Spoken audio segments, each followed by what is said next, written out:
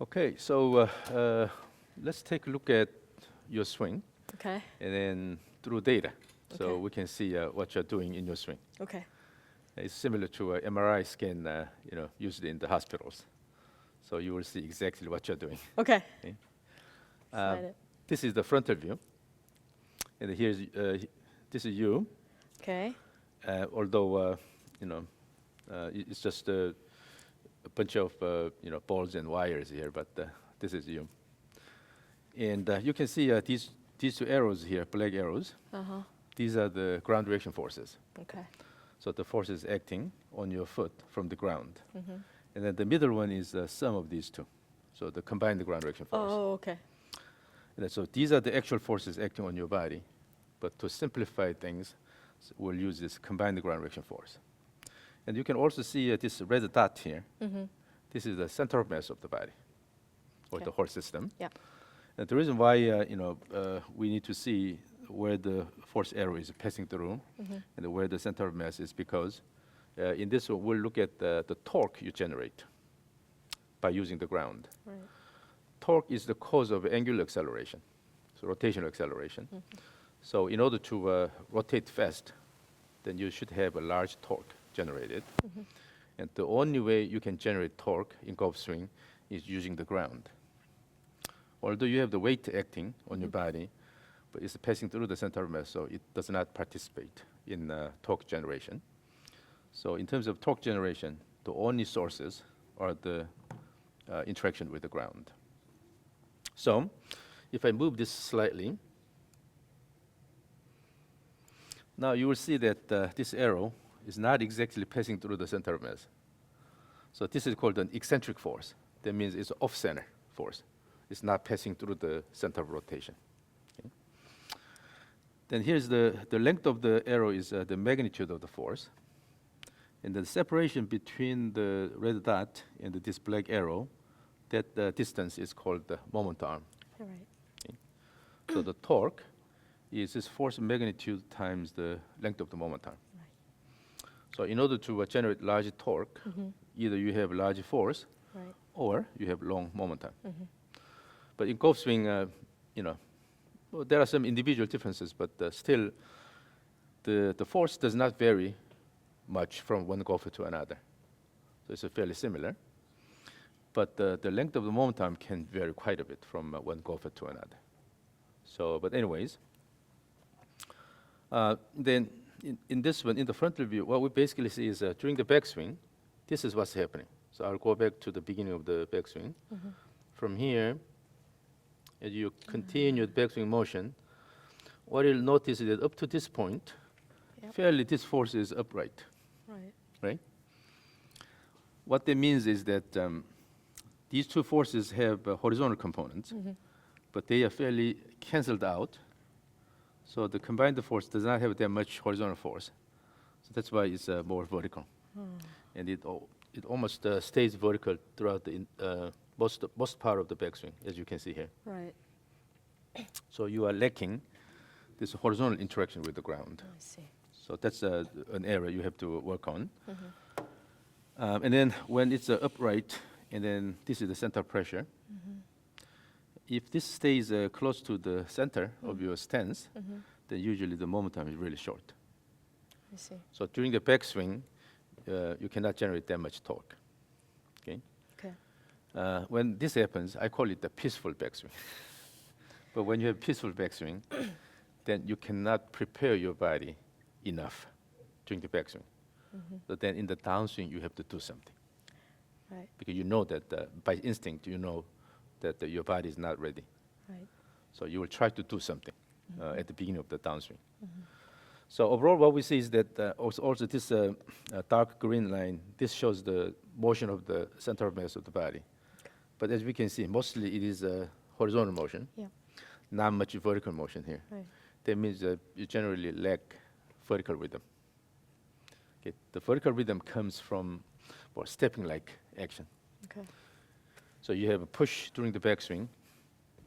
So here, if we go back to the graph here, about here, you see that the force acting on the trail foot increases. Mm-hmm. The force acting on the lead foot or left foot decreases. But this difference should increase a bit more, so that you move the center of pressure more to the right foot. I see. Okay? But then you have to stay that way. But what's happening is at this point, the difference is not much. So this continues for a while.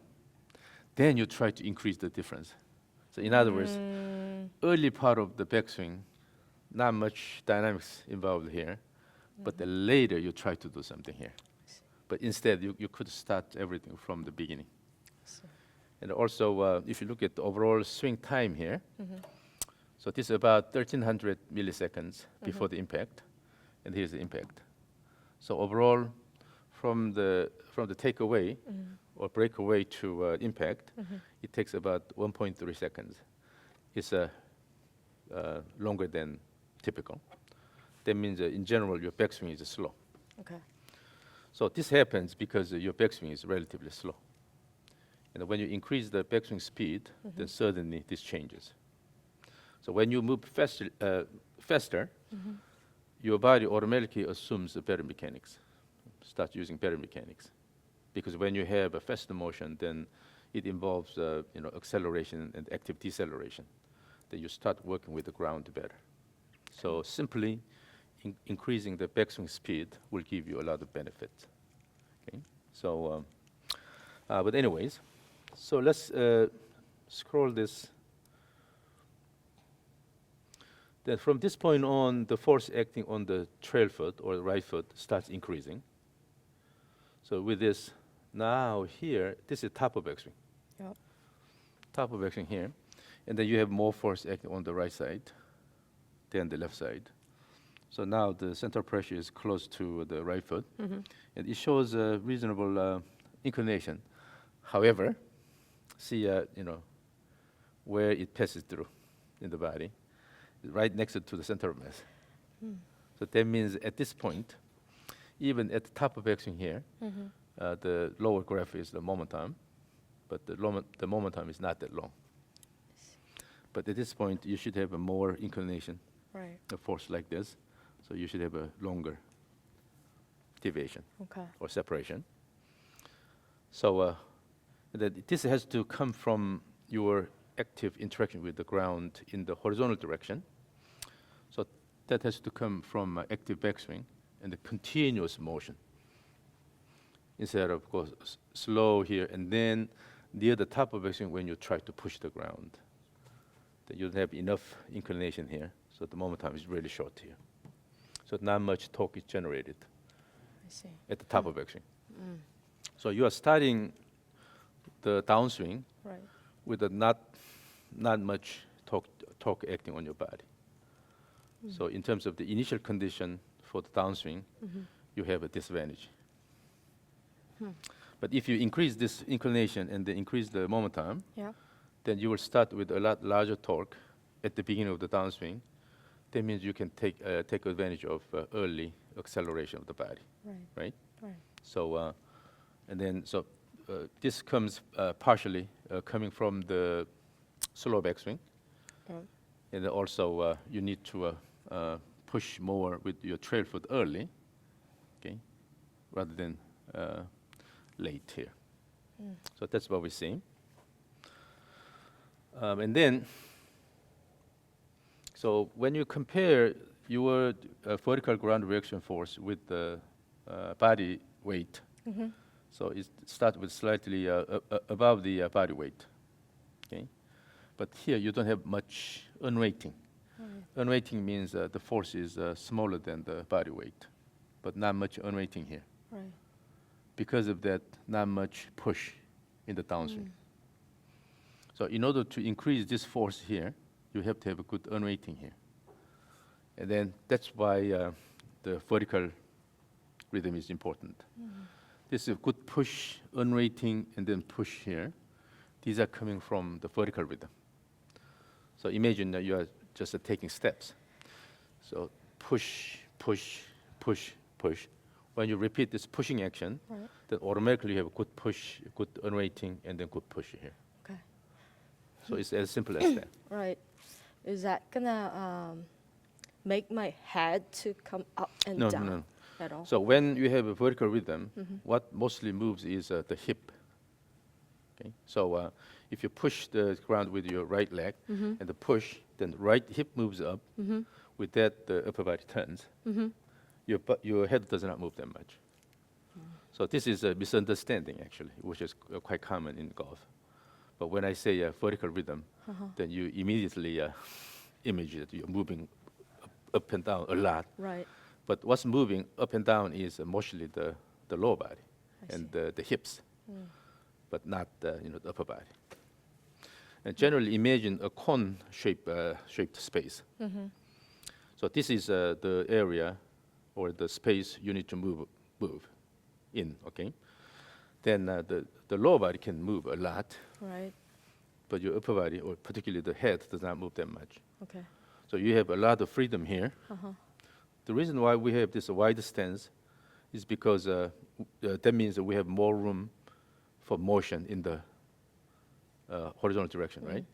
But if we don't take advantage of that, simply staying in the middle here and then pushing outward equally, then we're not really taking advantage of the stance. I see. So when we have wider stance, that means that we can move laterally more. So when the lower body moves actively, and then the hips and shoulders turn, right? But still, your head does not move that much. So you don't have to worry about the motion of the head. And also, even if you really maintain the lower body position here, just to try to rotate and then come to impact, still your head moves quite a bit. So there's no such a thing called the fixed point in golf. Everything is moving. And then even if you don't you try not to move your body much during the backswing, but still in the downswing, when you try to swing hard, then your head has to come down and up. Your head still moves quite a bit. Okay, it's just basically because of the force involved in the motion and the speed involved in the motion. So whether you intend to maintain position or not, still your head has to move. Then just to use it, move the lower body more actively, that is a lot better, and that is a lot more natural. So you don't have much unweighting here. As a result, you don't have good push here. So it's under 1.5 times your body weight. Oh, wow. Okay. It has to go a lot higher. What is the maximum that I can go up? I've seen people with slight over 2 times the body weight. Slightly over 2 times the Yeah. body weight. Yeah, but in your case, could be a 1.3, 1.35. Right. So it's a lot lower. Okay. And then in order to have good push here, you have to have a good unweighting. Right. Just like you're Yeah. jumping up high. So up and down, just the push. You know. So and then the torque generated. This is also not much here. More importantly, you are starting the downswing with a really small torque here. So you are starting the downswing with not so good initial condition. Imagine you have a 100-meter dash. All the people are basically stationary at the starting block and they're ready. And then if you start from behind, when you run, and then the gun goes off, Right. at the beginning you already have this speed, right? That means you have good initial condition, while all others are stationary. If you have a large torque at the beginning of the downswing, then you have a lot better initial condition to start with. So it is important to use the backswing well and then generate good initial condition for the downswing. So that's what I see here. And then we need to work on the vertical rhythm more than anything. To me, basically you can have different issues in your swing, but it all comes down to how you use the ground. Many problems can be solved by improving the way you interact with the ground. So and we'll work on that today after this feedback session. And then if you look at the shape of your hand pad here, so it is if you can come up with an ellipse. So then the long axis will go this way, right? Right. So in other words, this means you are pulling your hands in. So let's take a look at the top view here. So this is the swing plane. The direction of swing plane, this is the target direction. The swing plane is slightly inward than the target direction. Your hand motion plane is going this way here, Oh, wow. way inward. Wow. So in other words, the club motion and your hand motion, they are not really directed toward the target, but your hand is moving a lot more inward while your club head is going relatively toward the target, but still both show inward alignment. And then you see this inward angle gap here, direction gap. So in this case, because your hand is moving in different direction, so the swing becomes more complex, and it is more difficult to control the direction. And obviously, if both the swing plane and the hand motion plane is aligned relatively to the target, then it'll be easier, because if you throw your hands in that direction, the club head will also move in that direction. So unless you have a lot of trouble with the face angle, then the ball will go in that direction. So it's easier to control the direction. Yeah, so when you see the shape of the hand pad, when it's deformed like this, and then the long axis of the ellipse goes down this way, then that means you are bringing your hands inward quite a bit. So you will see an inward alignment of the hand motion plane. So that's what I see there. And then let's take a look at the pelvis motion here. So the upper one is the motion of the pelvis centromeres, and the lower one is the angular motion, rotational motion of the pelvis. And then in terms of the shape of the pattern, this is the rotation. The red line here is rotation. The pattern looks quite normal. Okay. And then the blue one is the lateral tilt. Yep. Okay. Also, the pattern looks normal. And then the green one is forward and backward tilt of the pelvis. Again, the pattern looks normal. So in terms of the rotational pattern, that's okay. When we look at the linear motion of the centromeres of the pelvis, so the red line is a forward, backward motion. So you have initial forward motion, backward, and forward. Okay. And then this green line shows toward and away motion. So you are moving away from the target, and then from here toward the target. And then the blue line shows the up and down motion. So your pelvis goes downward and then upward. So going downwards and... So down and up. And these two patterns are reasonably reasonable. Okay. But if you look at this one here, toward the away motion, so your pelvis keeps moving away from the target up to event 5, which is end of pelvis rotation. So until your pelvis rotation completes, you keep moving away. That's too much.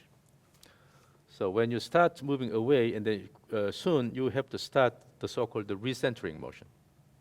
So you go away, but then still during the backswing, you have to bring your pelvis back toward the target. But you keep moving away all the way to the point where the pelvis rotation completes. Yeah. So that means you are starting everything from here. Yeah. So you will start the rotation, as a one unit. So let's take a look at the stick figure carefully. So going up to this point here, so up to this point, your pelvis moved away from the target, right? From here, then you will see now the pelvis is going that way, and then also you will see the opening of the chest. The chest starts rotating at the same time. Yeah.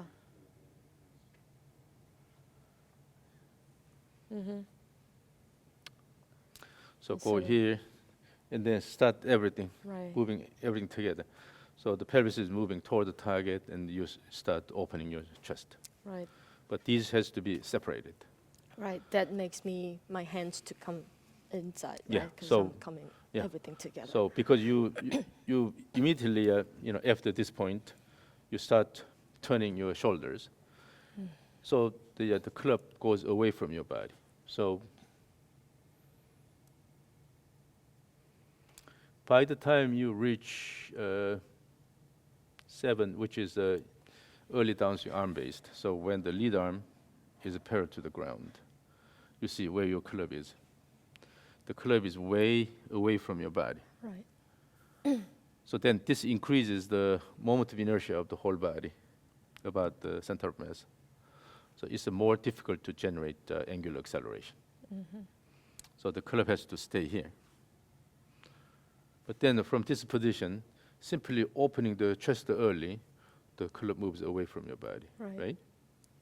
So you have to do something to prevent that. But if you go back to the top, backswing top here, so overall the shoulder turned quite a bit Okay. from in the frontal view. Your arm is almost up like this, and then club is here, but you don't have that much wrist cock here. So even though you are turning your shoulders quite a bit, but you don't have that much wrist cock. This is not that efficient. So the wrist motion is really important in terms of speed generation, and also keeping the club close to your body early on in the downswing. Okay? But if you just maintain this as one unit, and then you start opening your chest, then naturally the club moves away from your body. Right. So rather rotate less. So the arms pretty much go this way, and then have a more wrist cock here. That's more efficient. Okay. So this can be fixed relatively easily, because it's just a matter of experiencing this motion pattern. So you move away and then coming back during the backswing. This is just a matter of just practicing. Okay, so it's not that difficult. But the rest, generally the rotational motion pattern here, and then forward, backward motion, and up and down motion, these are normal. Okay? So the only thing we need to pay attention to is the away and toward motion of the pelvis, and introducing the recentering motion earlier. So that's what I see in this pattern. So is that gonna fix my problem with hands coming inside and everything? With So only for that, with working I on- learned this expression from a subscriber of my YouTube channel. But when you start the downswing, try to keep your back toward the target a bit longer. So as you start the recentering motion, keep actually the shoulder will keep turning in the backward direction. So go away, and as you return, keep rotating here, and then finally turn around. Does that feel like I'm leaning on the target or staying behind, or what is that? Let's feel say like? it's just let's use the term recentering. So if you start from here, you move away, and then just coming back to that position. Oh, And then facing. and also in the backswing, if you try to gaze your ball over your left shoulder using your peripheral vision here, and then watch the ball that way, and then coming back, then you feel your chest is slightly in the reverse C position, slightly. When you feel you are in reverse C position, but to me it's perfect. Okay, so when you go out and then coming back slightly, then watch the ball over your shoulder this way, then you will feel your body is in reverse C position here, but this is actually perfect. From here, then you keep moving toward that direction and then turn later. So overall, this is called the shun rhythm, shift turn rhythm. So you always, when you have faster rotation, then before that you should have a shift motion first in that direction and then turn. It's because we have two legs. If we just have one leg, and it's just one post, that you can just rotate, no problem like this. But because we have two legs here, two hips here, and so when you turn this way, then shift it this way, and then generally use the right hip as the center of rotation, and then try to turn. Or it's not exactly at the hip, but slightly inside. But so basically the turn will be more about the point close to the right hip during the backswing. And then in the downswing, exactly the opposite one. So you shift it this way reasonably, then the center of rotation for the pelvis will stay close to the left hip, and with that turn. So we have to have this shift motion before the turn. It's because we have two legs and two hips. Right. So that will allow you to have the shift motion first, and then go turn around the center of rotation. So, have you watched the movie Happy Gilmore? I have, yeah. Yeah, he uses a running approach, right? He runs, and then the last step, his upper body is closed. Right, So his back is toward the target. right. From there, he hits the ball. So imagine that. And again, this is a matter of just simply experiencing the movement pattern. So because you are not get used to it, so initially it'll be you feel awkward. But once you get that movement pattern, then it should be fairly natural. So in order to swing hard, instead of just turning out, so when this happens, your pelvis has to slide and open early. But if you use good backswing motion here, and with that, and also put the shift of the center of pressure to the left foot, and then turn around, then you will be able to use your left leg a lot better by pushing the ground. I see. Yeah. So am I gonna press the front toe first, or am I pressing the hillside first Let's on take top of the swing? That actually is a good point. Let's take a look at so let's see now where your force is acting, where your ground reaction force is acting on the foot. So this is the top of backswing. And then the long arrow is acting on your right foot. This short arrow is on your left foot. Okay. So the right one is acting more in the midfoot area, and then the short one is more toward the toe. Okay. And then, so the forces are acting now in the forward direction, and then backward direction here. And then these forces are acting almost at the same spot here. Yeah, in the Okay. middle. So Well, this is what you do. Let me bring up another report here. Okay. So this is the top of backswing. Now you see here, the force acting on the right foot is this one here. The force acting on the left foot is this one. The force acting on the left foot is acting more on the toe. The one acting on the right is more on the midfoot area. So when you actively use the ground, then actually the location of the force or the center pressure of the foot also changes like this. I see. So I am actually, well, he's actually pressing using the toe, but Yeah, for the left toes foot. back. Yeah. During the downswing, for the left foot, he's using the toe to push the ground, Right. and then for the right foot, still is more toward the toe now, but still is close to the midfoot area Right. here.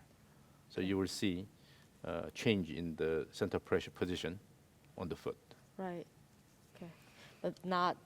Well, it is going towards back side of the. So this is the force acting on the Right. leader foot, Right. and then this is the force acting on the trail foot. Okay. So like. Yeah. So you have this forward backward push. Using that, you generate the pivoting motion. But again, you don't have to Wow. you don't have to intentionally do it. Okay. When you have a good stepping like rhythm, and then you connect the backswing to downswing, it automatically happens. So sometimes by focusing on a certain aspect, you just make it more difficult. Sometimes you don't have to pay attention to those things because it will come naturally. Okay. Yeah. So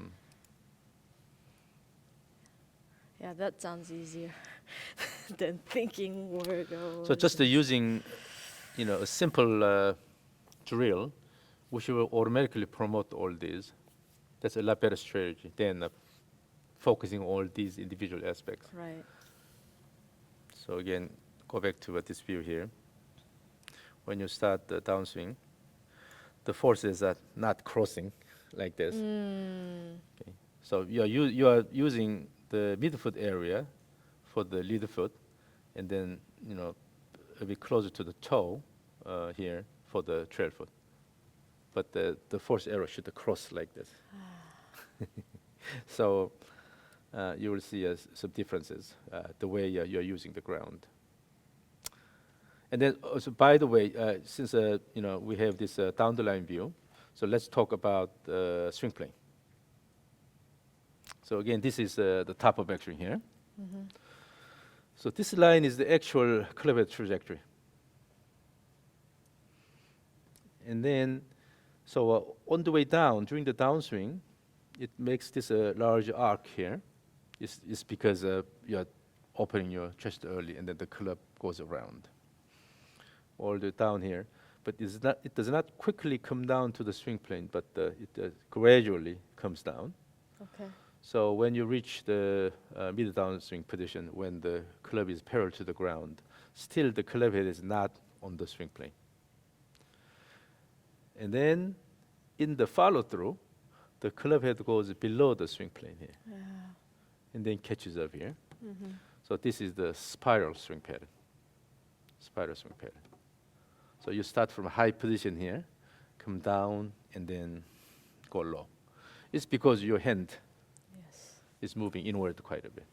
So naturally, you will see this spiral swing pattern.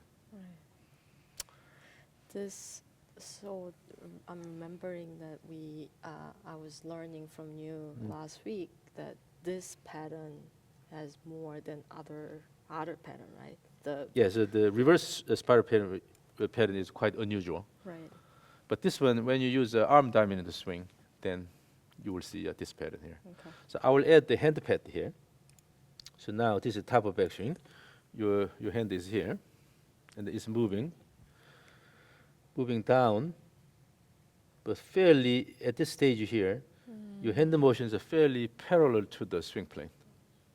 Because you are driving the whole thing with your arms, you have to pull the club down, so the hand cannot just simply drop to the swing plane, but rather you have to drag it. So the hands move relatively parallel to the swing plane here, and then near the impact, you will have to quickly bring your hands in. That's why you have inward hand pad or hand motion plane. Okay. So generally, the hand motion gives you basically determines the swing style you use. So now, to me, how you move your hands is really important. Yes. But anyways, so in terms of the swing, the slope of the swing plane, it's I think a little bit steeper than typical. But this shouldn't be too bad. So if we go back to the setup position here, and then the swing plane passes through your right elbow. So this is okay. Okay. Yeah. So generally, what that means is you are not really using a steep swing plane or a flat swing plane. Okay. So the slope is reasonable. But as we saw in the top view, the direction of the swing plane is more inward. And your hand motion plane is way inward.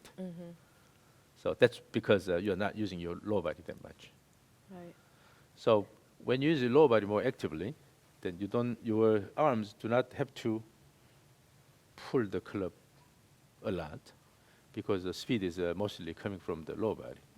And then your arms will be able to work on direction control. But if you use upper body driven or arm driven swing, then the arms have a dual tasks here, generating the speed and also controlling the direction. So it's a bit hard to do both, unless you are really strong. Okay, so that's probably I'll hit cut, right, with the swing, because I'm pulling everything. Yeah. But once you start using your lower body more actively, then this will naturally change. Yeah. So in terms of swing style, this is classified as a spiral swing, but essentially it means arm-driven swing. Okay? And then at the beginning, you see that your hands are below the swing plane. This is perfectly normal. Okay. Usually the swing plane passes through the elbow. Okay, so this is perfect. And then we looked at the pelvis already. Let's take a look at the kinematic sequences here. Kinematic sequences. So these are basically the angular velocity patterns. And then the red one is pelvis. And then green is the chest, thorax. And then blue is the shoulders. And then the arms, and then club. And because your backswing is relatively long, so initially the angular velocity increases to this point, right? But then it starts decreasing, but it continues like this. That means your backswing is slow. If your backswing is faster, then it will just give you a good, very simple motion or pad without this hesitation here. So it just the angular velocity increases and then decreases and then crosses the horizontal axis and then becomes positive. But so these two increases up to this point and then decreases and then stays there. That means you have a hesitation, and then your backswing and downswing are not well connected. So having a slower backswing, can I still have good transition motion to go? It's difficult. It's difficult because when you have slow motion, that means you are not really using the ground that much. Okay? So you have, based on our research and our observations, we have a lot of data collected so far. But then always when you have a slow backswing, then you see this kind of a hesitation here, and it causes a lot of trouble. But when you speed up the backswing, so those who show a relatively short backswing time, they will have a lot cleaner and simpler shape. So just by simply increasing the backswing speed, you can see a lot of benefits. And then also the swing becomes easier because when you have fast motion this way, then you have to slow this down, right? And then your body will actively work with the ground and slow down and simply just change direction. But when the motion is slow, you can go inward, you can go high, you can have different things because the motion is not that fast. When the motion is fast, then you have to direct really the motion to the right direction. So simply change the direction and going into a downswing. So slow backswing can be the cause of a lot of problems. So you need to increase the speed. And then also if you look at this, the transition time, transition phase, so when the red one, the pelvis crosses the axis, that's the pelvis transition point. So pelvis changes direction here, at this point here. And then the club, the last. But as you can see, the phase is not that long. Okay, this is 350 milliseconds before the impact. This is 300 milliseconds before the impact. But from here to here, it may be like a 30 milliseconds or something. But those who use the transition phase really well and have a mature backswing and the transition, they can have over 100 milliseconds of transition phase. But in your case, about 30 milliseconds. So you have a really short transition phase. That means you are rushing to a downswing. So it's because the backswing is slow. When the motion is slow, then the demand is low. So your body doesn't have to work hard, right? But when the motion is fast, then you have to actively slow down the motion at the end of the backswing. So your body will start working with the ground early on. And then at the beginning of the downswing, you will have a good initial condition. But in this case, the transition phase is really short. And then pretty much everything is happening at the same time except the pelvis. So from between the pelvis and the rest, you have separation here. but the rest of the body pretty much transition at the same time. Yeah. But when you have active backswing, fast backswing, then automatically this phase will be elongated, and with the good spacing between these lines. So that's why the backswing is really important. And then the timing of the peak angular velocities in the downswing. So this is when the club becomes vertical during the downswing, right? And this is when I expect all these peaks occur. But if you look at these peaks here, pelvis and the thorax and then the shoulders and the arms, they are delayed, right? They are delayed. So that means you need to start the acceleration of the body early, and then reach peak angular velocities early, and have enough time from the peak to impact, so that your body loses angular velocity, but your club keeps accelerating. So some people saying that you're swinging fast on follow through, like wait, and swing faster. So when that happens, you will have this, something called the late shoulder acceleration pattern. So the shoulders here, it will keep accelerating to the impact. Right. So those who have really big follow-through motion, in their image, they try to put a lot of effort near the impact. Right. But then they will have a really big follow-through motion. Right. But that's not good. So imagine, I came up with this model. When you work really hard when you're young and save a lot of money, then you will have a comfortable life later. So when you start working hard early on here, generate large angular velocity early on, then you will just be able to take advantage of that. So then you can give a lot of angular momentum to the club. But you don't have much wrist cock to start with.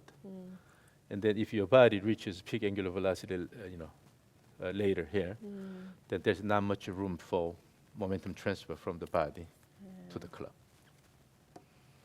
So that's why you need reprogramming of your swing pattern. Okay, so that's what we see in the kinematic sequence pattern. So we need to increase the transition phase time. So you elongate the transition phase, and they have clear central to peripheral transition sequence with well separated lines here. And then you need to reach the peak angular velocities early. So enough angular velocity, but early. So currently it's under your club angular velocity under 2,000 degrees per second. So, but you need to increase it more. Here, one thing you don't see is the wrist angular velocity. So the pink line here, this is the wrist angular velocity. And then when it is above the axis, that means it's uncocking. When it's below the line, it's a cocking. So what happens is here we have cocking, but then you will start uncocking right here, briefly, and then you do a recocking. Okay, so it's because you at the beginning you don't have a large wrist cock, and on the way down you have early uncocking, but then followed by recocking, and then another uncocking. So you see, it's complicated here. But basically you have to increase this more. The wrist uncocking angular velocity. This should be increased, then the club angular velocity will also increase. Yeah. So, and then finally, let's take a look at your X factor. X factor means the separation between the shoulder line and the hip line. This is X factor pattern, and then it continuously increases all the way to top of backswing, and then the maximum occurs right after that. So this is a typical pattern. So this is okay. So I don't see, although your downswing stretch is a bit, a bit bigger than usual, and because your transition phase is short, so you don't have much backswing stretch. But if you elongate the transition phase between 5 and 6 here, then you will have a more backswing stretch. So the expected stretch during the backswing, and then it will reduce the downswing stretch. But in general, it tends to increase continuously. So I wouldn't worry about how you move your shoulders relative to the pelvis. Okay. So the main thing I see is that lack of vertical rhythm in terms of using the ground. So we need to enhance that aspect and then increase the backswing speed. Then a lot of things will change automatically. So whenever you try to, make a change, then it's gotta be on the cause of all these things instead of, these little, things you see. So you see issues here and there, but the cause may be somewhere else, and you need to address the cause. If you remove the cause, then all these will improve at the same time. So that's what I see. And any questions?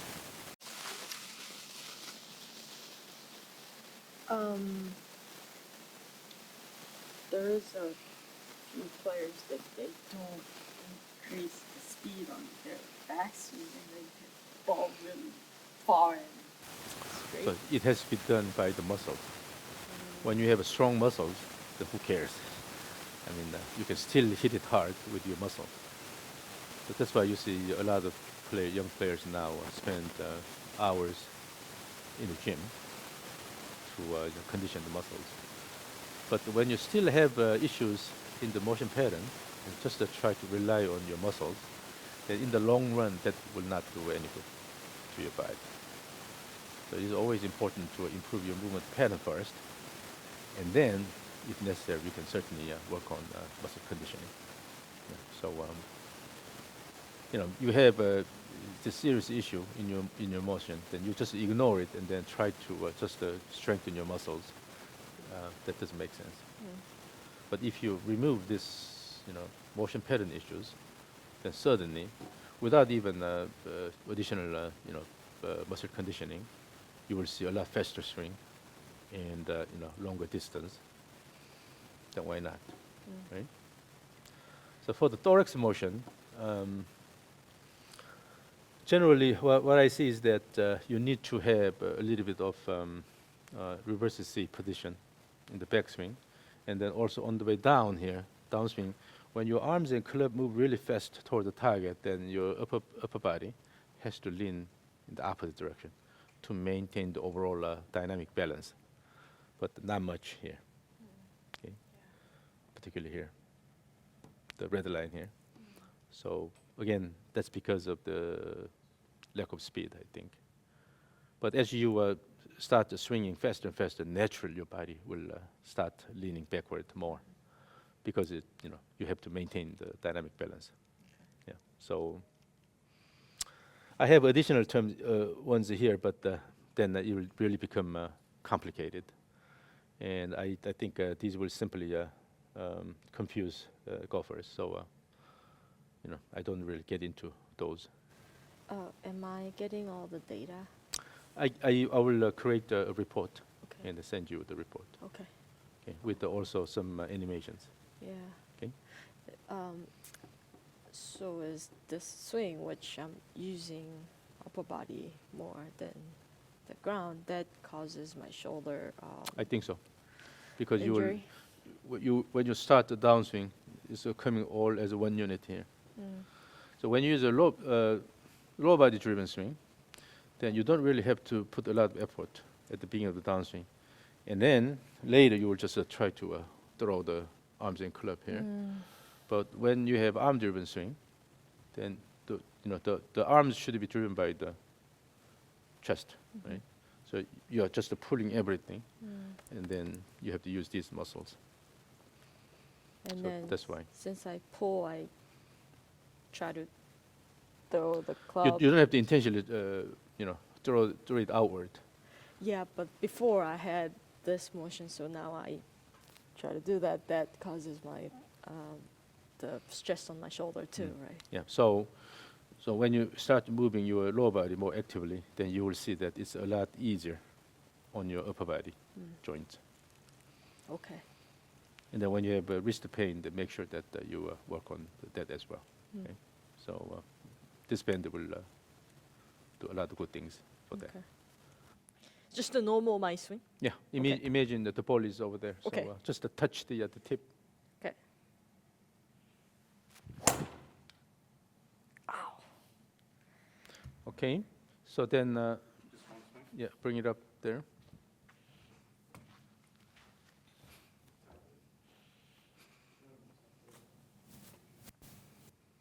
So start backswing, and you put the weight here, and then on the way down, you're moving this way, and then swing the arm at the same time.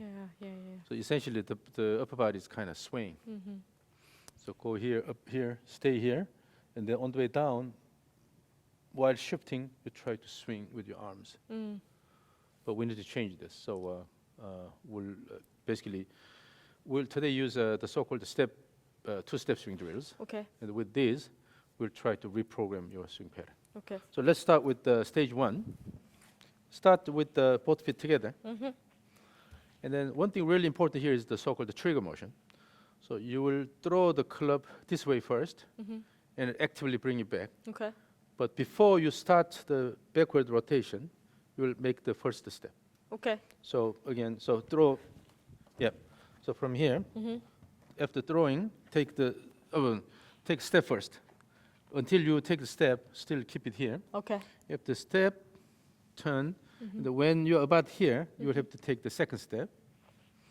And then Oh wow. swing. So the timing of the second step I is see. really important. Yeah. But in order to take this left step, you have to actually push the ground with your right leg. Okay. So the role of this right leg is, after touching down, after the first step, quickly push the ground down and outward, and this help this left step. Okay. Okay. So Yeah. just initially, just to feel the rhythm. Now, during the backswing, your step and then turn is going together. But remember, shift and turn. So from here, step first, and then before the foot hits the ground, you should not start the turn. I see. Okay. So wait until Yep. you finish the step and then turn. So step and then turn. Take step and then turn. The same thing. Even Okay. this way, after the step, you will turn. Okay. So here, step and go, middle of the backswing, go and turn. So now connect it continuously. Okay. You don't have to swing hard, but just to try to feel Okay. the rhythm. Again. Yeah, make it all continuous. No broken movements, but all continuous. Okay. Am I broken right now? Still a little bit. Better. So when you start the trigger motion, from here, throw and then start the step. Oh. Instead of starting from this position. Okay. Yep. Now this time, the step was too early, and then you had the wrist motion here. Okay. Now Yeah. you need to overlap. You need to overlap this throw and then the away step to a certain extent, but you are starting the step too early. So Okay. let's see here. Go to this position, and then throw, and then take a step, and then bring it back, and a step, and then let it go. Okay.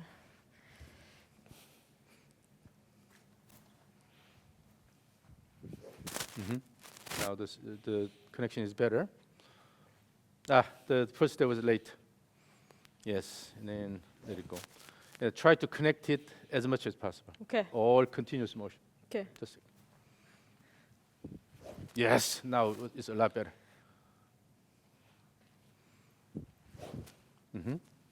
And as you swing both ways, instead of using the arms a lot, try to keep the arms relatively close to the body, and then try to turn the body. Okay.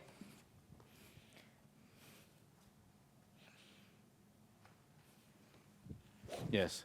So after all, this is not a difficult rhythm. Now you already got it. So the timings of the steps are good, Okay. And then we'll just increase the level of effort. Yes.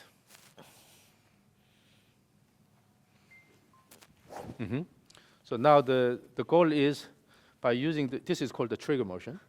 So by using this trigger motion, you will develop active backswing. Okay.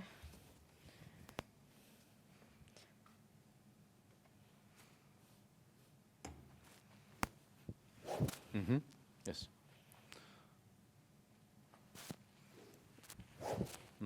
Better? You don't have to snap it. Okay. Okay. You don't have to snap. Rather, use your body and then Okay. try to develop fast backswing. But overall, the flow is now really good. You don't have to worry about what your wrists are doing. Okay. Simply follow the flow, and then in order to make this continuous motion, you have to already you have already adjusted your movement pattern slightly. Okay. So this is good.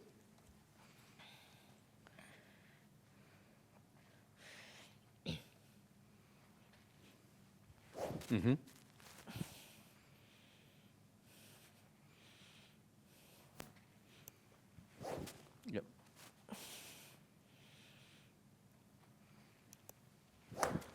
Let me see your grip.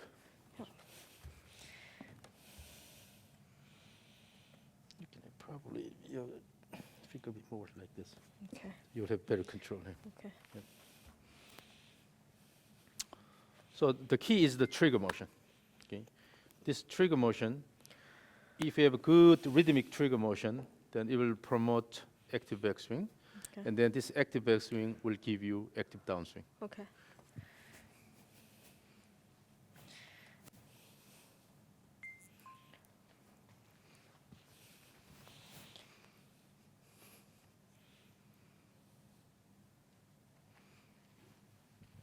Yes. So now imagine you have a big drum here, Okay. like the Korean traditional drum, right? And this is a drumstick. And by swinging it hard and then boom, hit the drum, Okay. so that everyone on the earth can hear it. Okay.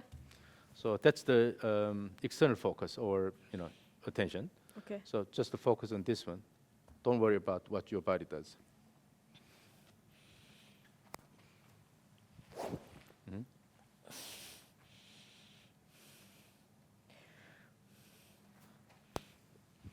Let's go more active during the backswing. So try to try to make the backswing as fast as you can. Okay. So even to the level you feel a little bit uncomfortable with. Whew. But that fast backswing has to come from your body action, Okay. not your arm action. Arm action. Okay. Body action. Yeah, exactly. Yes. Oh, wow. So this is very different from Faster. what you have done. Right. It's way faster than I could have imagined.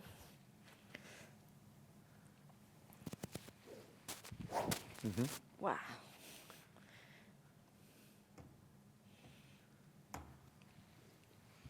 And then also in doing that now, we'll add the vertical rhythm. So try to feel a little bit of up and down motion. So imagine Up and down imagine you are conducting an orchestra. Okay. All the instruments are here, and then so this is a relatively rhythmic motion. So rhythmic music. So instead of doing 1, 2, 3, 4 like this, but 1, 2, 3, 4. So focus on pushing. Okay, 1, 2, 1, 2. Just to try to push. So in other words, when you throw the club, you have a good push with your left leg, and push, and then during the backswing, push with the right leg, and then downswing with the good push with the left leg. Okay. So try to feel a little bit of a vertical rhythm.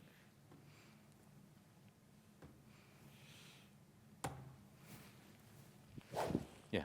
So when you have this vertical rhythm, then you will not lose the tempo.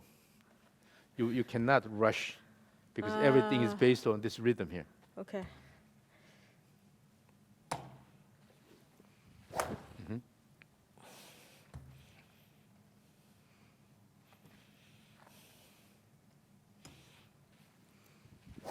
Yes. Now let's record this. So this is stage 1, and then we'll record and then watch it on the screen.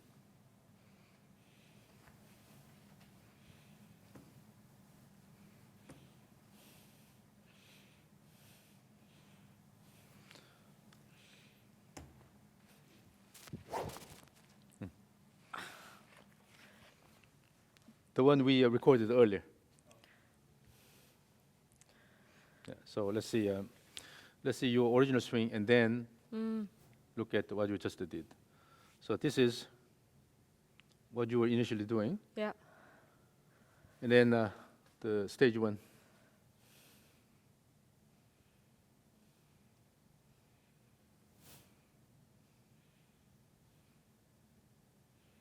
So this will serve as a trigger for this trigger. Right, when you right, move right. this and then go that way. Yeah.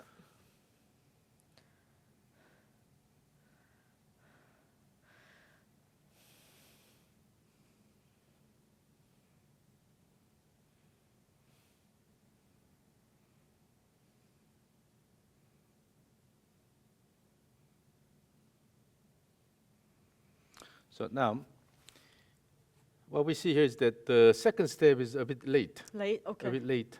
It's because you are leaning this way too much. Oh, So okay. remember, during the backswing, when you have the initial step, using this push the ground hard, push hard and then take left step with it.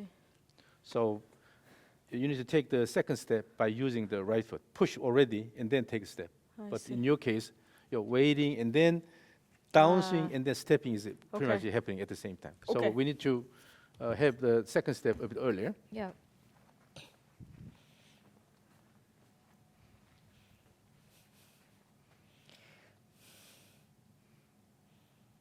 So as if during the backswing, you will initially move away, but then soon you will start recentering. So Okay. during the backswing. Okay. While the shoulders are turning backward, you'll already start this recentering motion. Yeah. Okay? So in other words, as you go up, your back is moving toward the target.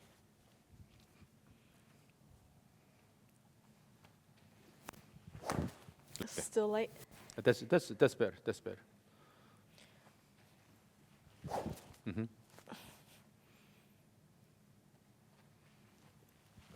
Mhm.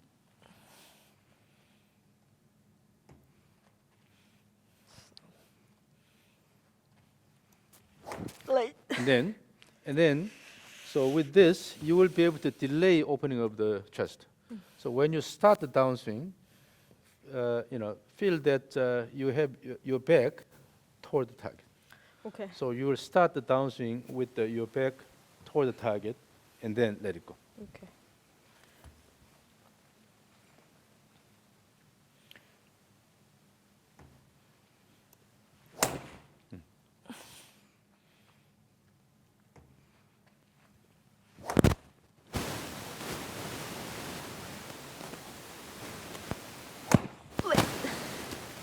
Let's see if I can make this work.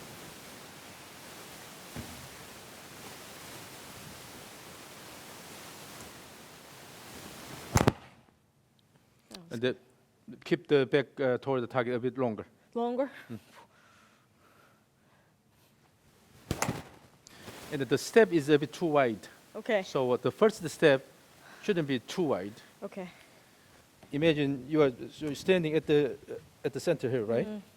Then your normal stance is if your foot should be here, Yeah. then you will just take that much step, Okay. and then the step here. Okay. And then no need to take a long step this way. Okay. It's just what's important is pushing the ground actively Okay. rather than taking long step.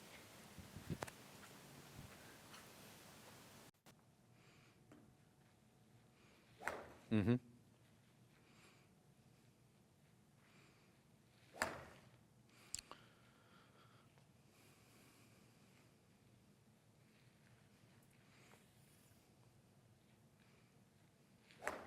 Yeah. So still you have the tendency of opening the chest early. So let's go to this position, and then assume the top of backswing position.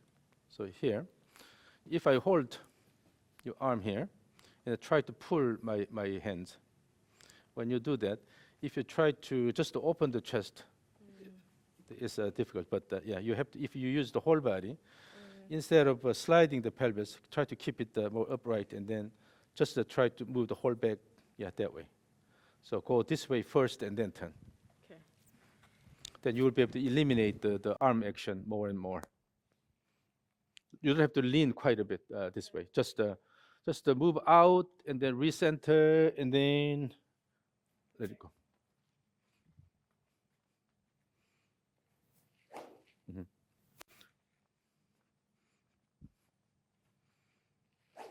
Yeah. So all you need to pay attention is you have this big drum and then hitting this hard.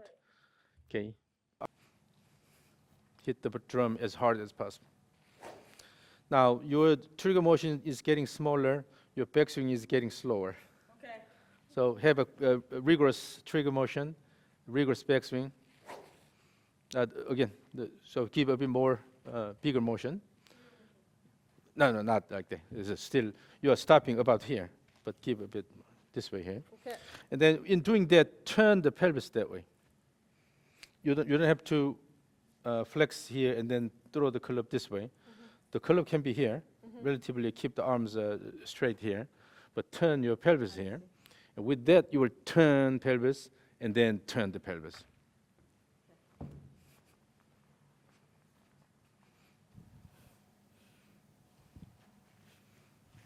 Yes.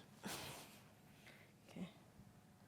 Still the trigger motion is too soft. Let me demonstrate this. So the trigger motion sets everything. Okay. So good throw and then bring it back like this. Good throw, rhythmic throw, throw and then bring it back. 와, 엄청 많이 해야 되네요.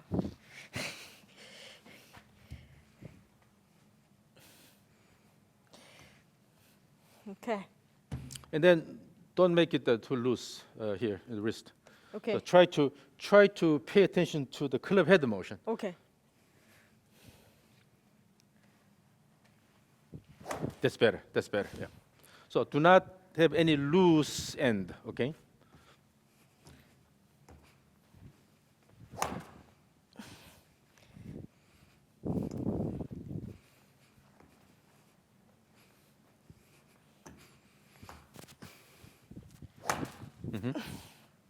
Now, let's use the kettlebell here. Hold the kettlebell like this. So your palm facing forward, and then try to keep the arms straight. Okay. So do not use your arms, and just using the lower body, swing the kettlebell back and forth, like this. Just using your legs and pelvis. So legs and the pelvis turn here. Doing this, go. Do not do this. Okay. This, but simply keep it. You keep your arms straight, the swing back and forth, and then last one, swing hard.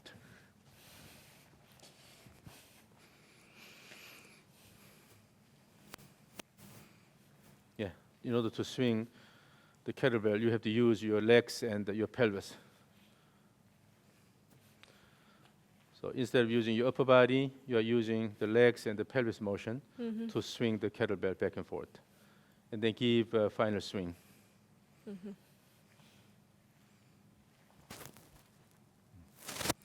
And then move the pelvis equally, rigorously in the backswing as well. So both ways. Try to. So again, imagine the cone shape space here. Yeah. Your head is not moving that much, but your pelvis is moving actively. So, tick. If there's a metronome here, tick, tick, tick, tick, tick, tick. So your lower body is a lot more active. And kick the ground, kick, push, push. Left push, right push, left push, right push. So when you try to increase the speed of the kettlebell, basically the Right. action is coming from the legs. Yes, because I don't Yeah. use my arms. So feel that. This is a 10-pounder. Yep. So if you don't have one, then get a 10-pounder, and it's really good. So now go back to stage one. Feel that motion rhythm just you had. Yeah, using lower body more. Turn pelvis more. Yes. So when you start turning the pelvis more actively, that you don't really have to put a lot of effort with your arms. Uh-huh.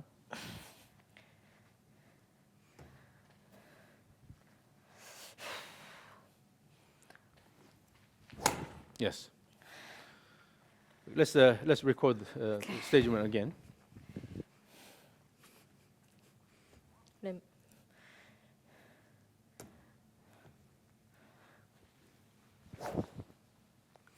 All right. The pelvis is turning.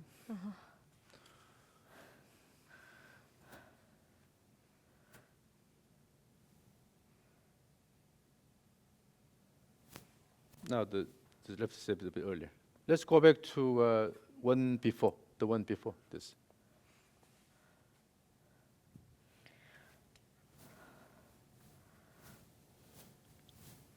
So again, watch your motion. This is your initial swing.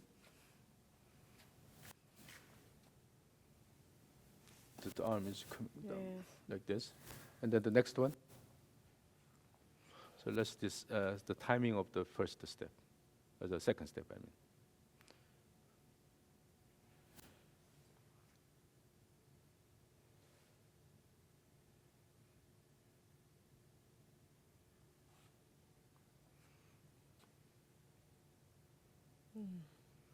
So you already are at the top of backswing, and then you're taking the step Right. here.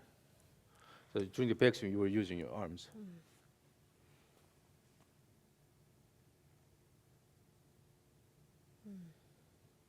And then the last one. Oh. Step. This is earlier now. Yeah. So, and then after the step, still wait a little bit. Okay. So when you have more time here, it does not mean it's a complete pause. But when you have more time, so that you have time to shift the center pressure to the left side, then swing that you can use your body. But before you have a good shift, try to start the downswing that you have to use your arms. Yeah. So assume the posture, which will give you the most comfortable position. Okay. That means you need a bit more time up there.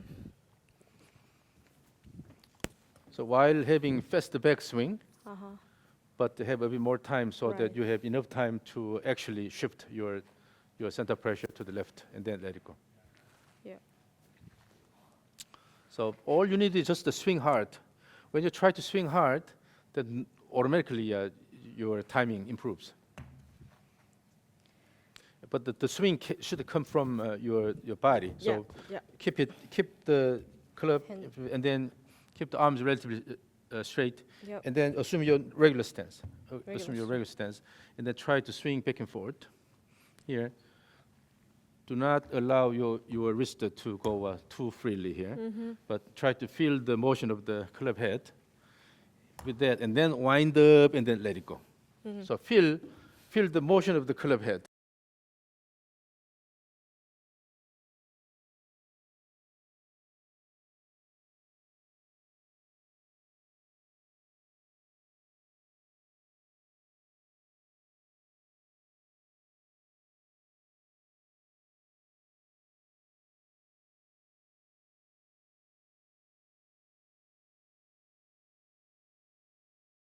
When your chest too early.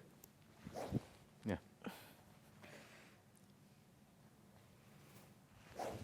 Then you will start using these muscles more, Yeah. and then you will use your arms less. Okay.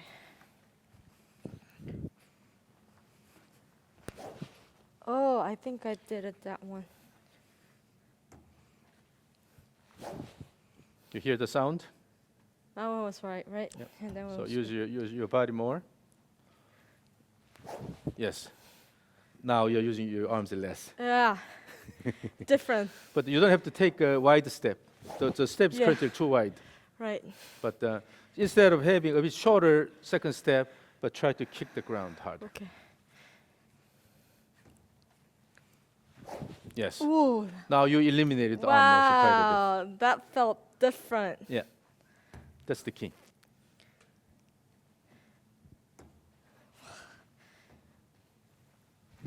Yes. Now you're using your body. Yeah. So this is a big difference.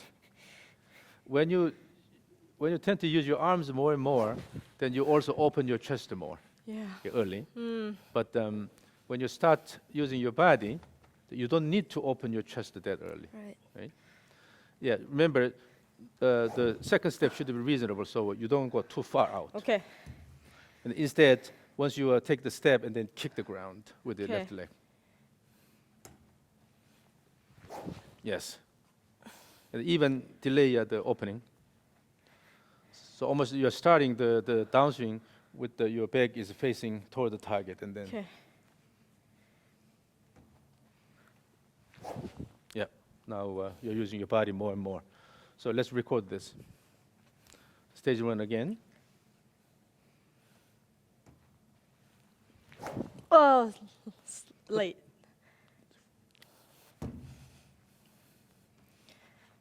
So keep the back toward the target. Okay.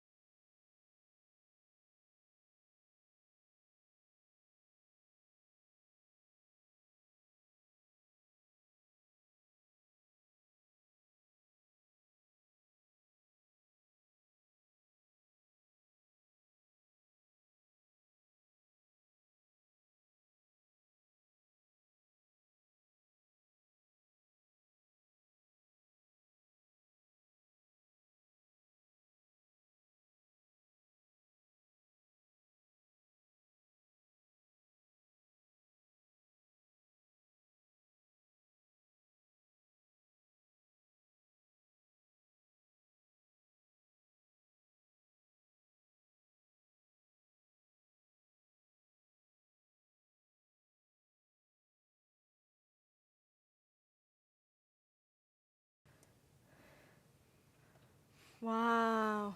You see your Yeah. shoulder turn here, and then bring it down and let it go. Wow, that's Let's go to the That's initial one, her initial swing.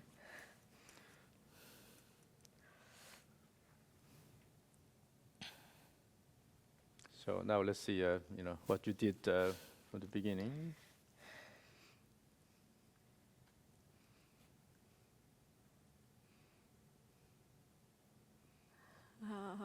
wow. It's arm motion. Right?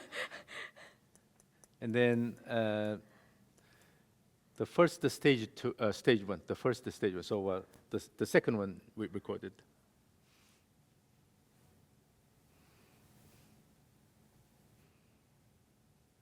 That's enough. No, the second video. So the first one of the stage one. So this, yeah. Now this is stage one, but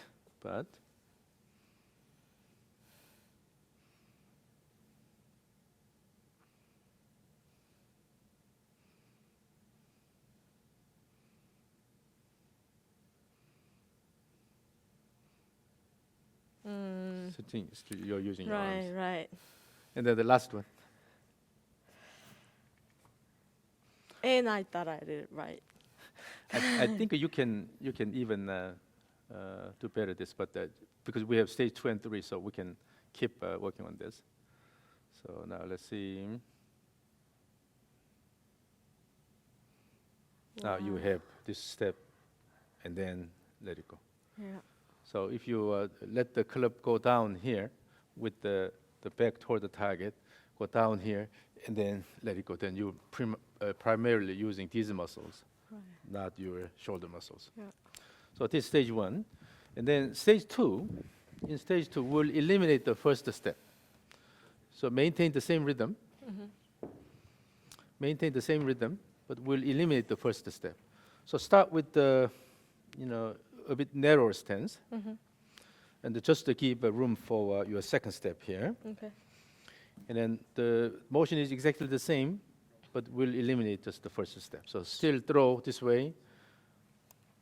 Yes. And then maintain the same rhythm, body-driven swing.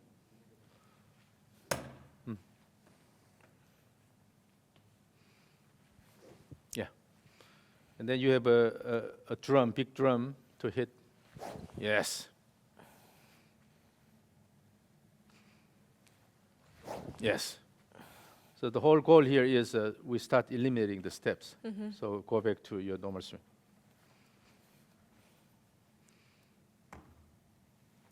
So now you are getting used to this rhythm, Right. And then you feel this is quite natural, right? It's nothing you have to learn, right? Yes.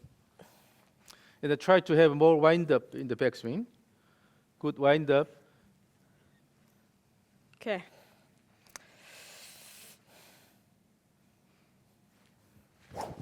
Yeah.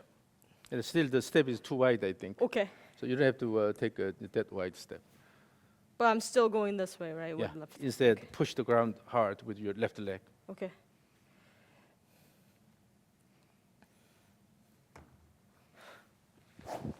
Yep.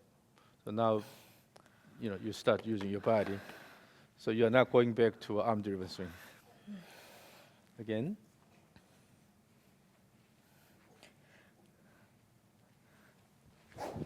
And wait a bit more in the back. So when the club moves this way, then you have to wait until the club motion kind of slows down and then start the downswing instead of fighting. Okay. So when the club is still going that way, when you try to move down, then the club has a excessive motion. Okay. So wait until the club slows down and then execute downswing. Okay. So pay attention to club head motion. Yes. Then you don't have to fight anything. Yeah. Let's go up here. When you use the kettlebell, because of the weight, you have to wait until it starts the down motion, right? If you try to intentionally try to bring it down, it requires a lot of effort. Right. So go up here, wait, and then let it go. Yep. The same thing, even with the club, although it's lighter, but still wait until the club motion is fairly completed, and then let it go. Okay. Yeah. So after all, what's important is the club motion, club head motion, right? So you pay attention to the club head motion, and swing it fast. Yes. Now it's getting faster. So we're talking about very different speed. Now a bit, it was a bit hurried, All right. but Okay. so give more wind up during the backswing, more active backswing. Push the ground harder with your right leg during the Okay. backswing, Right leg. Okay. but pay attention to the club head motion that you don't rush down. Okay. Yeah. So that way, you're not really fighting against anything. Right. You just feel how the club moves, and then wait, for the right time, and then let it go, using the lower body. So when you have that time up there, you will be able to shift your center pressure to the left side. Okay. Yeah. Yeah. Yeah. Yeah.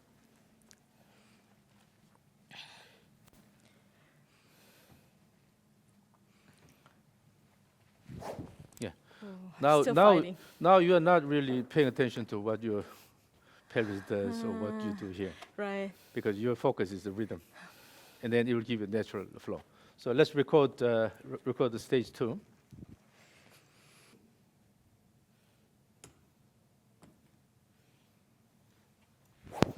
Mm-hmm.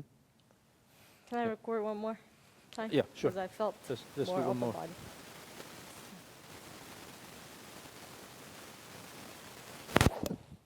Better.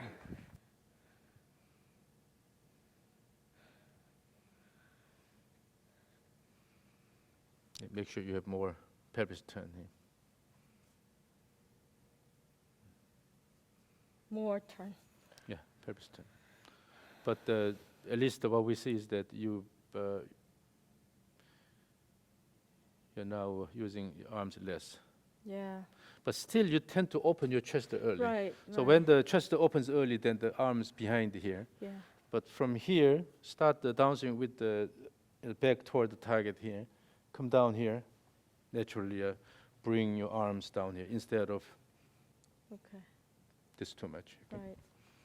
Okay, then let's go to stage 3. Assume your regular stance, and then we'll eliminate both steps, but still maintain the same rhythm. Okay. Throw this way.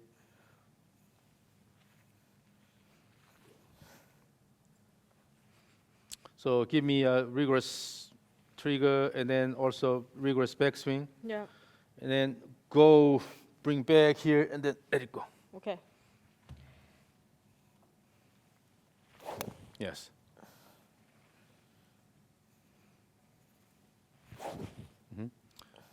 And then make it more rhythmic.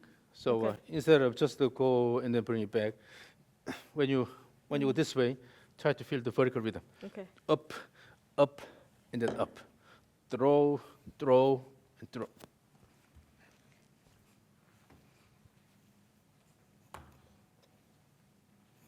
Yeah, when you have that kind of up, up, up motion, you cannot rush. Okay. Okay.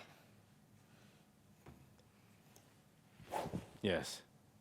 Now this feel of Yeah. the vertical motion.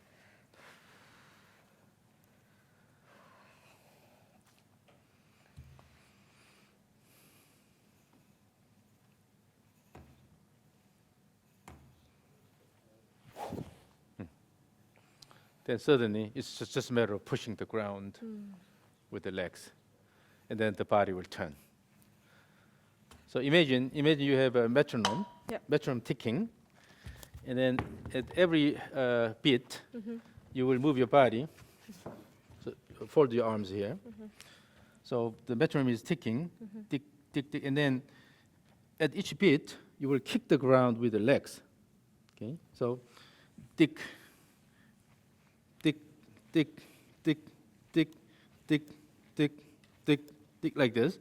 And when you kick the ground, what happens is naturally, this pelvis will, the hip will go up, and the turn, and then your shoulder will also turn with the beat. Okay, Right. so tick, tick, tick, tick, tick, tick, tick.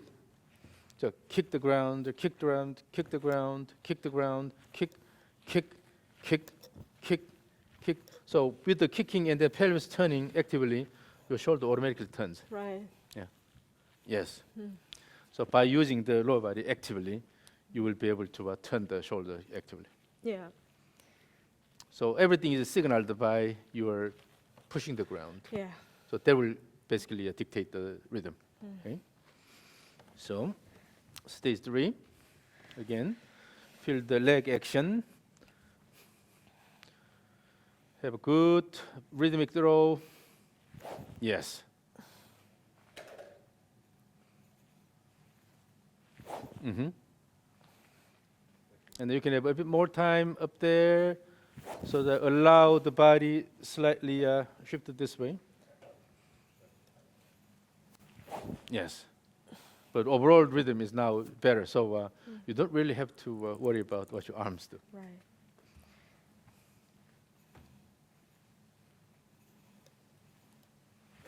Yes. Now, this time, let's try to swing really hard. Okay. Okay. So this is the end of the world, okay, unless you break this drum here. Okay. Okay? Swing hard and then break the drum. Okay.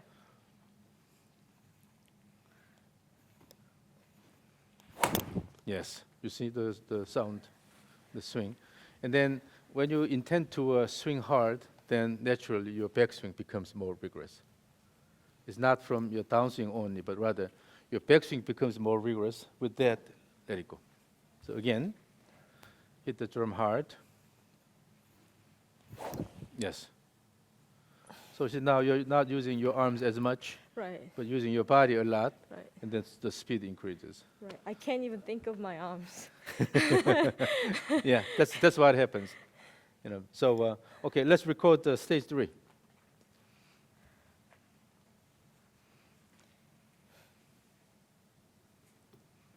Okay, stage 3. Good trigger motion.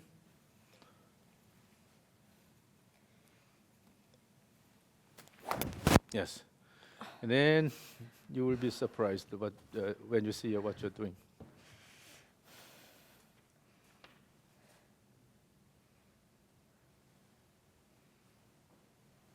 확실히. Now you are controlling the clip-head motion, right?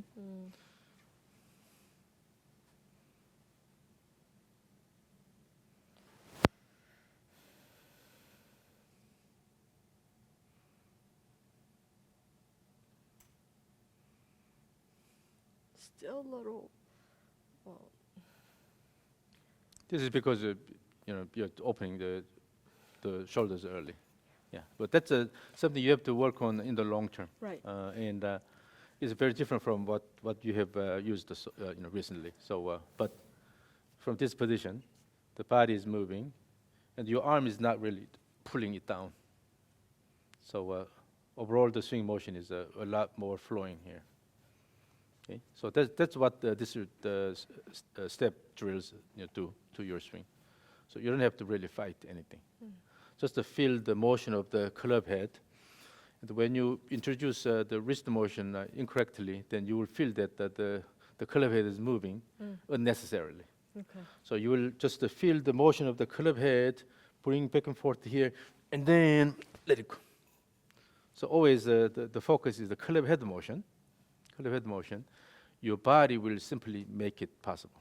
Okay? No obstruction. Feel the club head. Now let's try this stage 3 again. But feel the club head motion. Eliminate anything that distracts the motion of the club head. Yes. So you will cut down a lot of unnecessary movements. Now your focus is the club head motion. So this is the this will give you good face control now. Yes. So you're not doing anything. Simply guide it and then using the body and let it go. Right. Yeah. That way the swing becomes a lot simpler. So this is stage 3. Okay. Now we need to take advantage of this rhythm in your normal swing. So in the normal swing, you cannot do the trigger motion. Right. That somehow you have to prepare your body before you start, either taking small steps or whatever. Just don't start the backswing with a really stable address position. Okay, but rather you have to start the backswing well. So at this point, I will just say, do the backswing crazily fast. And then remember, the use of the body, but do the backswing crazily fast. Again. And then in making an active backswing, what's important is the initial shift of the pelvis and then turn. So because we cannot take the step, but we can still have a similar effect. So slightly shift the pelvis and then turn. So when this happens, and then here also slightly shifting and then turn. This is possible, right? Okay. So backswing, if you shift your pelvis that way, the backswing motion becomes a lot easier. Oh, I can hear the sound. Make it a bit faster, and then wind up more. Here, let me show you a video. So feel this rhythm. Feel is go back here as you turn backward, Uh-huh. then introduce this shift motion, but still your shoulder is turning backward, and Right. then let it go. Right. So that feel. Yes.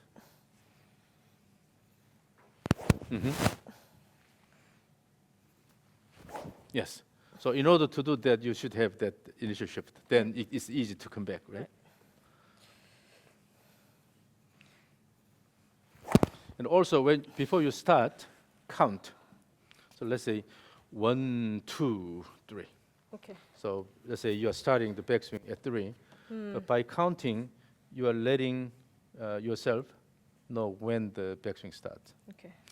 So 1, 2, start. Then at 2, you will be able to do something to promote that backward motion. Okay. So always count. And 1, with 2, 1, 2. no, more like again here. So 1, 2, 3. Okay. So 1 is preparing. 1, 2, 3. Okay. So it's just like a 1, 2, 3. Okay.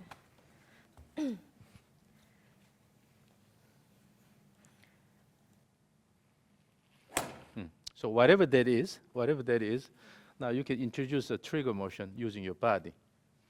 So initially, when we practice this step drills, you had this throw toward the target. That's the trigger motion. With that, naturally, you turn to your pelvis. But now, without this arm action here, but still you can perhaps turn your pelvis that way, and then as the pelvis goes this way, then you start bringing the arms up. And instead of lifting the arm, okay, instead of lifting in the club up, just to try to turn and then bring it up here.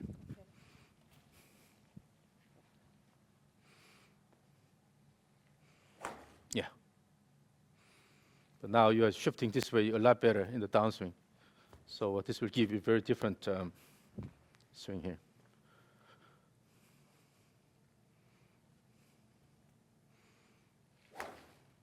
So what will also help is, before you start, you can have the practice swing here.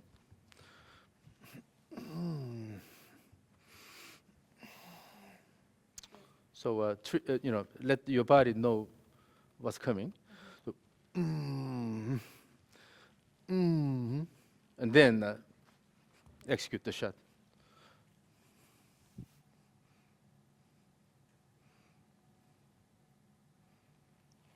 Exactly. So when you do that, instead of just using the wrist waggle, you will use the whole body. Yeah. And also the timing, it doesn't have to be really quick. So continuous motion. So using your body.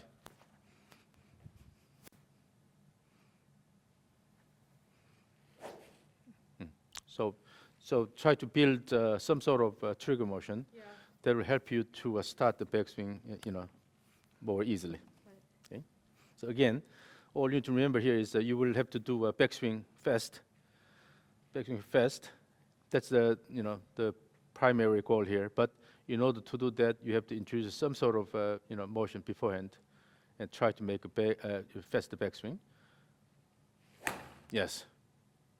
Now, but the bottom line is your pattern has changed already. Yeah. So let's record. Now let's record this. Let's take. You want to use that one? Yeah, let's take a look at.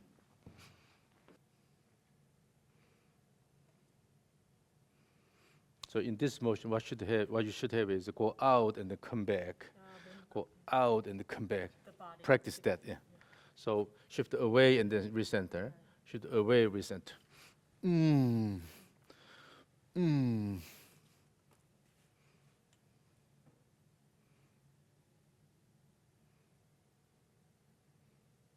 Yeah. So now your pelvis turns and then the club follows. So you're now becoming more body driven.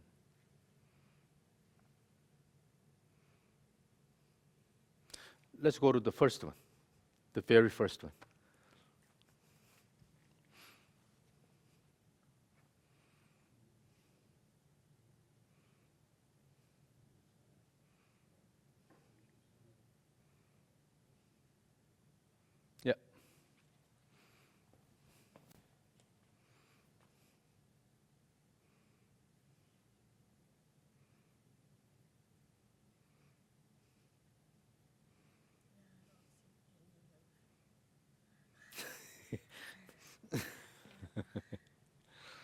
So now what you're just simply doing is, so you don't have to use your arms, but basically it's a lower body motion. And then let go, and then boom. So let's swing 5 times.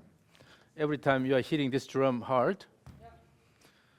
Now you're playing the last hole of this championship. Okay. This is a relatively long hole, and you need to have a good drive. Okay.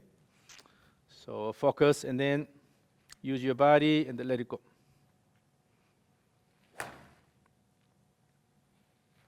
You can have a bit more time up there. No need to rush.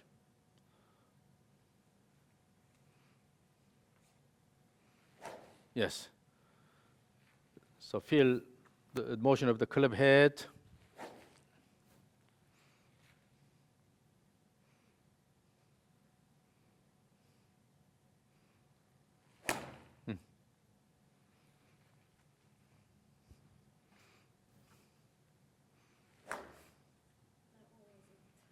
So let's record this again. So start the downswing with the more closed, or keep your back toward the target, and then go up here and let it go, and then boom.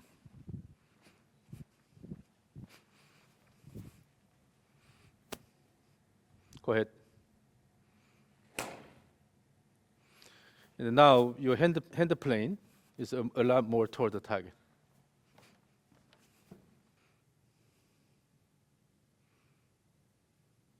So now you have this motion during the backswing, naturally, right? So again, let's play this again.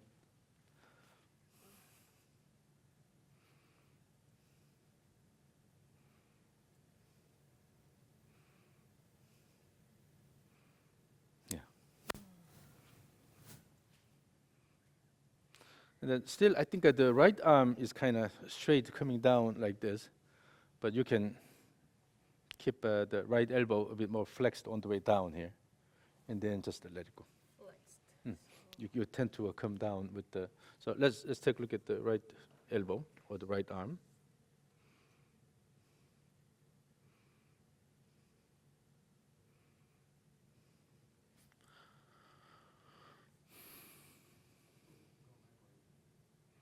Right here. So keep it.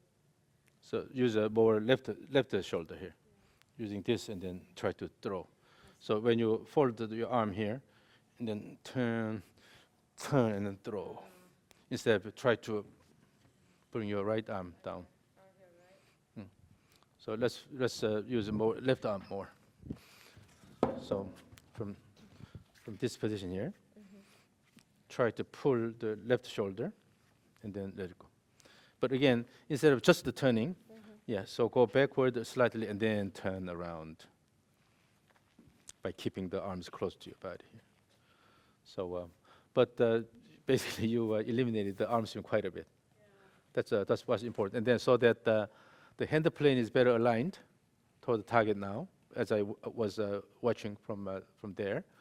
So that problem was solved. And then as you feel more vertical rhythm, get more and more, then you will be able to enhance this movement pattern. And then the last one I want to try is the rope swing.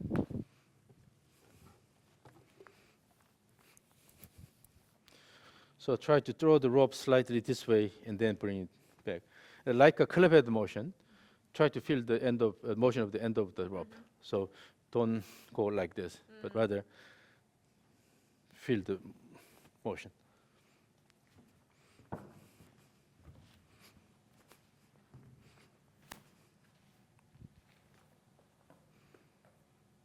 If you just have a quick snapping motion, then the rope will not follow. So from here, go and then bring it back in. Yeah, swing hard, both ways. Just swing reasonably rigorously. Okay, both ways.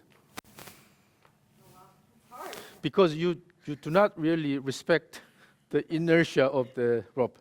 So from here, go here and then. So wait until the end of the rope starts falling, and then bring it back. The same the same to Kinematic motion. Okay, all right. Swing and then back. Keep swinging back and forth.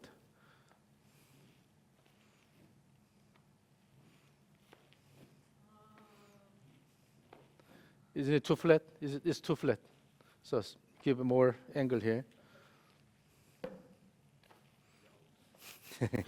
So this actually reveals what you're doing, but let me show you this.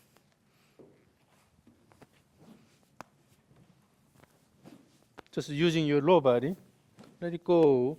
Just use your body and then let it go. Not your arms, but let it go. But in order for the end of the rope move fast, then you have to have a reasonably fast motion. Okay.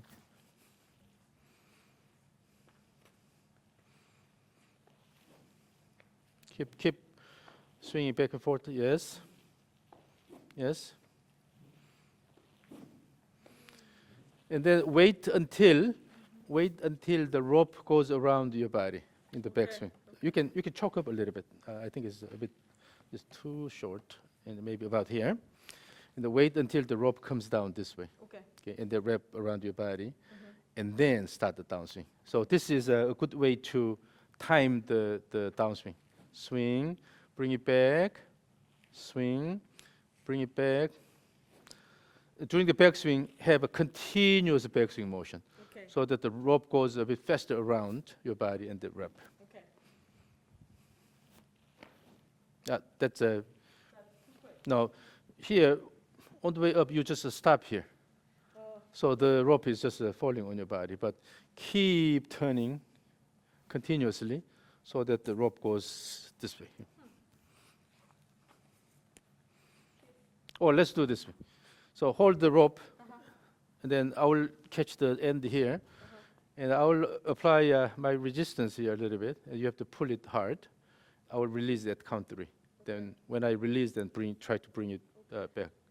1, so apply your tension. 1, 2, 3. Then you see the rope goes around your body. So have a more rigorous backswing.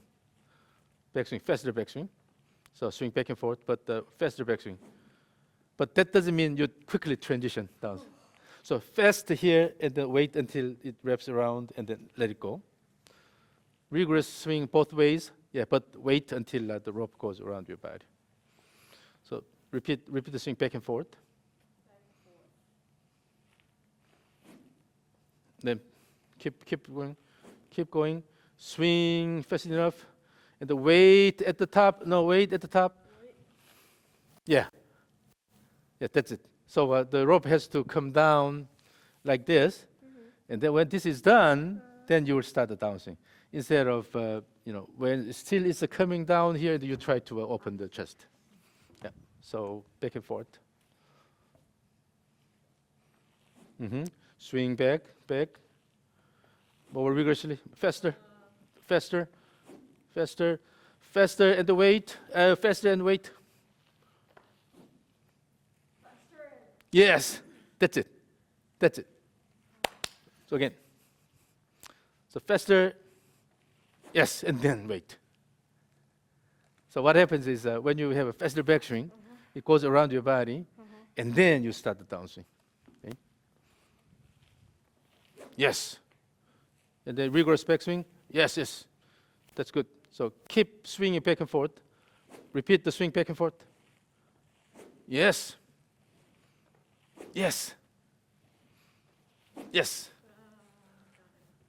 So that's what I mean, active backswing. That's what I mean, active backswing. So you still think you are doing really active backswing, but it was not active enough. See? And then this rope swing will tell you exactly what you're doing. So again, yes. You can take small steps if you want. Go a bit faster. Go a bit faster. So you don't lose the end of the rope. It hurts. Yes.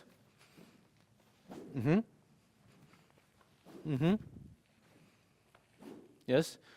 And even backswing, no snapping with the arms, but using your body. Mm-hmm. Yep. So the rope swing will tell you an important, message. So you thought that you were doing backswing really fast, but it's not fast enough or not active enough. Or you stop somewhere here, so then the rope goes around and hit your body, fall onto your body. But if you continuously turn, good wind up and then going down. So when you have a good wind up, still you are winding up and then you are shifting already. So going like this, and then you'll be able to do something similar to what Kim Hae-rim was doing. So swinging here and then let it go. Go around and then let it go. So wait until the rope goes around your body. That's how you control the timing. Okay. So again, give me a. Oh, so let's take a look at the rope swing.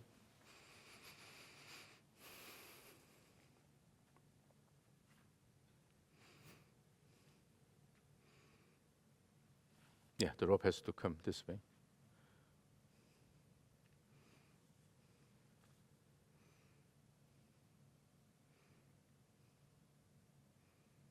A bit hurried.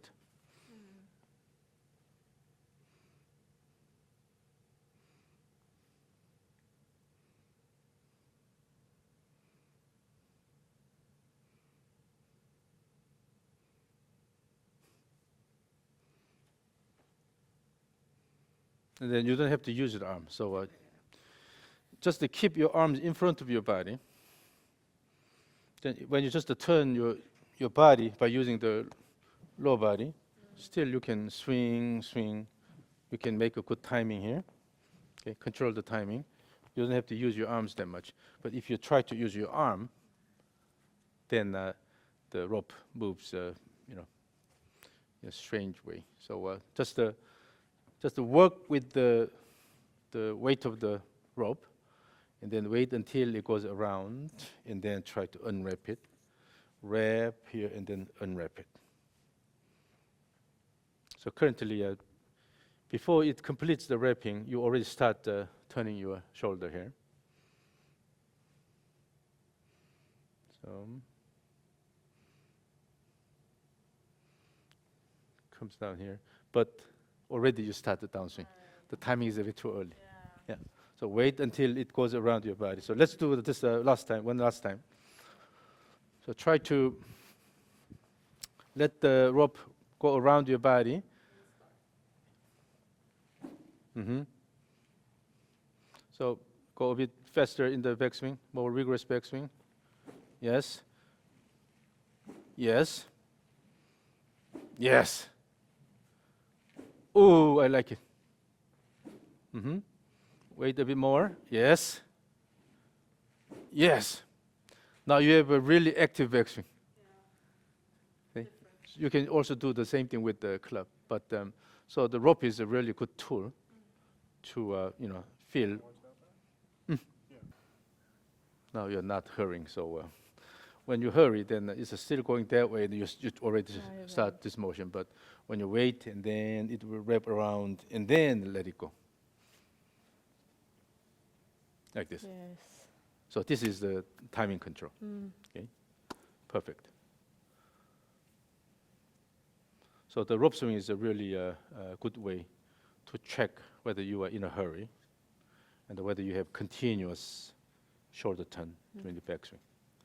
So this can be good for your warm-up, and then also it will give you a good feel of the sequential body motion, particularly the transition sequence. Okay. Yep. Okay, any questions? So you'll have to watch the entire thing. After everything is done, then you will be able to see the progression of your swing. And then now you know, your body knows what it is. And then if also when you watch the whole thing, then you will be able to have a good understanding, visual understanding of what's happening. And then you also have the feel. Okay. Yeah. So then You don't have to go back to your original swing. Okay. Mm. Sounds good. Yep. So it was a good effort, right? Very. It's totally different.